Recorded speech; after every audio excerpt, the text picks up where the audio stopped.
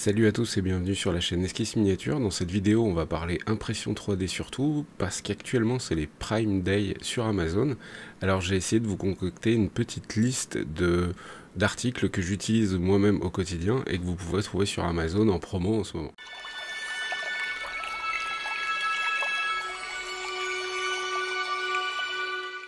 Petit disclaimer habituel, si vous pouvez acheter ça dans une boutique proche de chez vous, faites-le, mais on va pas se mentir, l'impression 3D, c'est pas les magasins physiques les plus répandus, c'est souvent compliqué à trouver en physique, dans un magasin j'entends.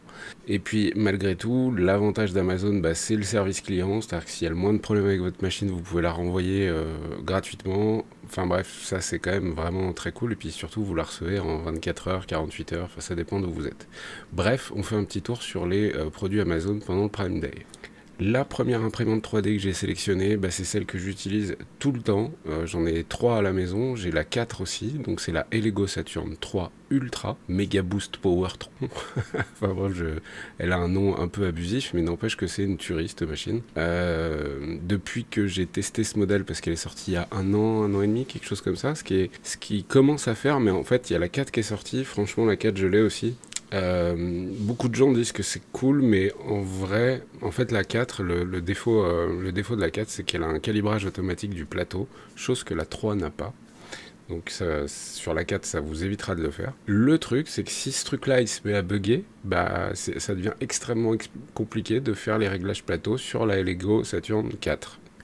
Avec la 3, il n'y a pas cette problématique. C'est un peu comme, vous savez, les aides à la conduite en voiture, là. Si un jour il y a un bug, ça devient chiant. C'est exactement pareil pour la Elego Saturn 3. Elle a pas ça. Et du coup, vous aurez à faire le réglage plateau une bonne fois pour toutes. Et puis après, ça roule. Moi, perso, je ne l'ai fait réellement qu'une seule fois sur ma Saturn 3. Et elle a des centaines, si ce n'est au moins, plus d'un millier d'heures de print, en fait.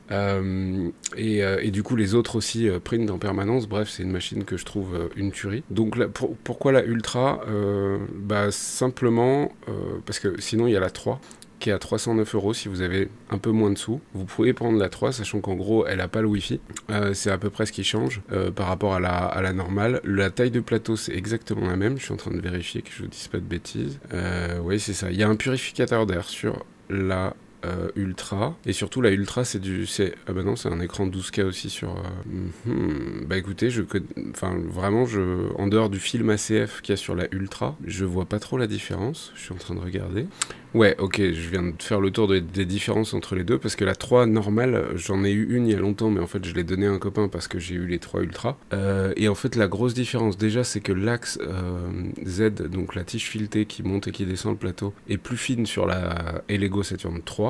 Donc il y a une moins bonne stabilité de plateau sur la 3 que sur la 3 Ultra. Mais on est en double rail linéaire aussi.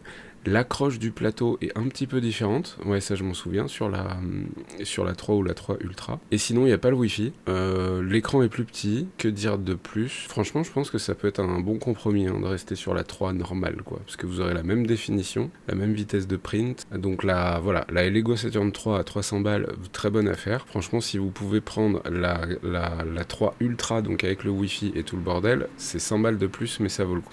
La deuxième imprimante, on baisse un petit peu en gamme, que j'ai sélectionnée, c'est encore du Elego. Là, c'est la Mars 4 Ultra, pareil, j'en ai une à la maison. Et en fait, ça, quand j'ai des plus petits prints à sortir, c'est sur celle-là que je la lance. Ça évite d'avoir trop de résine qui reste sur les plateaux, etc.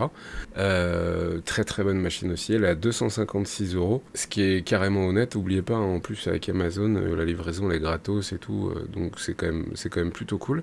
Mais franchement, à choisir, si vous avez 300 ou 400 balles de budget, à 50 € près en fait, à taper sur la 3 Ultra. C'est juste que ça va vous monter le panier global un peu plus haut, parce que vous aurez besoin d'un wash and cure plus grand, mais je vais y venir après. Donc pour le moment, pour moi, vraiment le meilleur compromis, c'est la Saturn 3 ou Saturn 3 Ultra. Et pour ceux qui n'ont pas besoin de gros prints, qui ne font par exemple que de la figurine, franchement il y a celle-là, donc c'est la Mars 5. Elle est beaucoup plus petite, beaucoup plus compacte, mais surtout elle sort à moins de 200 balles. elle sort à 198 €. Donc ça, pour débuter l'impression 3D, elle a un réglage plateau automatique, détection intelligente de résine et tout le bordel. Ce modèle-là, je l'ai reçu il n'y a pas très longtemps, donc je vais pas forcément vous en faire des retours. Pour le moment, j'ai aucun problème de print dessus, mais n'oubliez pas que moi j'imprime en Amera Labs TGM7. Mais franchement, voilà, 200 balles pour rentrer dans le milieu de la résine, vous avez une très très bonne machine avec les Lego Mars 5. Donc pour le moment, je vais sélectionner voilà, Saturn 3 ou 3 Ultra à 400 ou 300 €.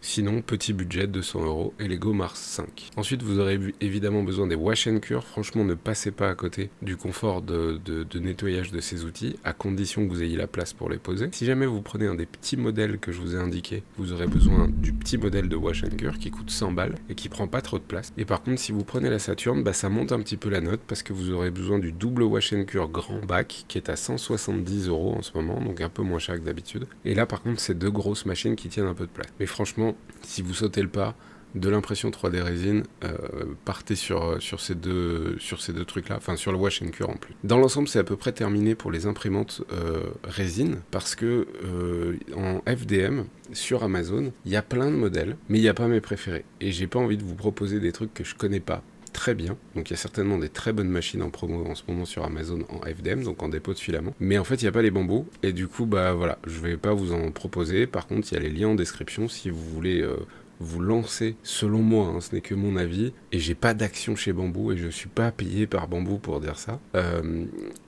Si vous voulez vous lancer de manière vraiment détendue, avec un appareil quasi plug and play, en impression de filament, partez chez Bamboo. Pour 250 €, je crois, 200-250 €, vous avez la A1 Mini par exemple, et ça fait des miracles. Enfin, voilà. Après, ce n'est que mon avis.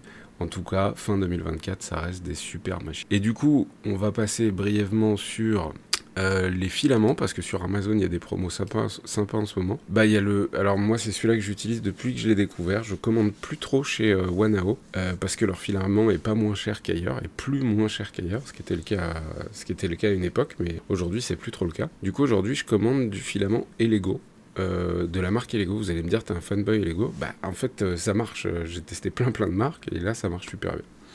Et là en ce moment il y a une super promo, 4 bobines de filament noir, c'est celui que j'utilise dans 90% des cas, parce qu'après on peint par dessus, pour 60 €, ce qui fait 15 € le kilo, pour un filament avec lequel je n'ai jamais eu aucun foutu problème d'impression sur les bambous. Aucun. Vraiment, tous mes prints, les seules fois où ça a chié, c'était de ma faute. Donc, globalement, c'est des très très bons filaments. Il n'y a pas trop de raison que j'en change. Et je vous cache pas que là, avec cette promo-là, j'en ai même commandé un petit peu de stock pour mes différents prints. Puis il y a des couleurs différentes et tout ça, mais je crois que les moins chers, hein, c'est les noirs. Donc 4 bobines pour 60 balles. Et si vous voulez vous faire un petit kiff, parce que vous me demandez régulièrement quel filament avec des effets, etc. Moi, le seul que j'utilise et qui a un prix acceptable, c'est celui-ci.